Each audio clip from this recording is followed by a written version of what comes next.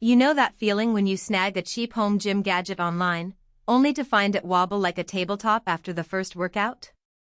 I've seen enough of those regret stories to know the hesitation that comes with buying any kind of balance board. The worry is real. You spend a few bucks, it looks promising in the photos, but when you actually step on it, the board either slides too much or feels like a piece of cardboard that will crack the minute you try to push yourself. That's why I wanted to dig a little deeper before recommending the Hlixoy Indoor Surf Simulator Balance Board. Link is in the description if you want to check the product details on Amazon. First off, the biggest question people ask themselves is whether this board really gives you that real surfing feel without an ocean. The claim is bold, and the design backs it up with a wide, stable platform that lets you shift weight side to side, forward, and back, mimicking the roll and pitch of a surfboard on a wave. In practice, that means you can stand on the board, rock your feet, and feel the same kind of core engagement you'd get while riding a real break. For anyone who lives far from the coast, or who can't get to a surf gym regularly, the board becomes a sort of surrogate wave that you can roll out of a box and set up in a living room or garage. Now, who actually benefits from this setup? If you're a beginner who has never touched a surfboard, the board offers a safe environment to develop the balance, ankle strength, and body awareness you'll need before you even book a lesson. You can practice the pop-up motion repeatedly without the fear of falling into cold water.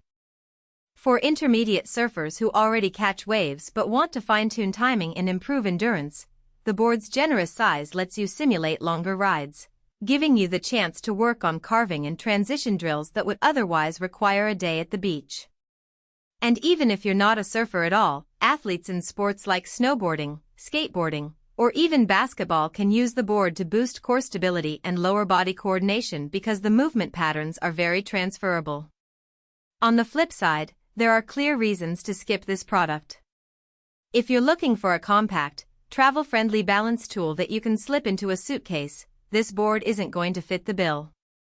Its footprint is intentionally wide to allow unrestricted movement, which is great for training but makes storage a bit of a chore in small apartments. Also, if you have a very limited budget and are only after a few minutes of casual balance work, a cheaper wobble board might satisfy that need without the extra price tag. The Hlixoy model sits in a mid-range price segment, so you have to be comfortable spending a bit more for the surf-specific feel and the sturdier construction. Speaking of construction, the board is advertised as sturdy and built to last, and the materials line up with that claim. The deck is made from a dense, high-density polymer that doesn't flex under weight, and the base includes a heavy, non-slipping rubber mat that anchors the board to the floor. When you first set it up, you'll notice that it doesn't wobble like a cheap plastic board would. The whole unit feels anchored, which is essential when you're making rapid weight shifts. The wide board also means you have room for foot placement adjustments as you progress, so you're not forced into a cramped stance that could limit the range of motion you're trying to train. One practical strength that often gets overlooked with balance boards is the noise level. Some models creak or squeak with each shift, which can be distracting, especially if you're training in a shared living space. The Hlixoy board is relatively quiet. Most of the sound comes from your own footfalls, not the board itself.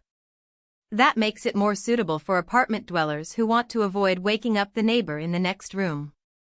There are, however, a couple of trade-offs to keep in mind. The board doesn't come with any electronic feedback or a companion app that tracks your progress.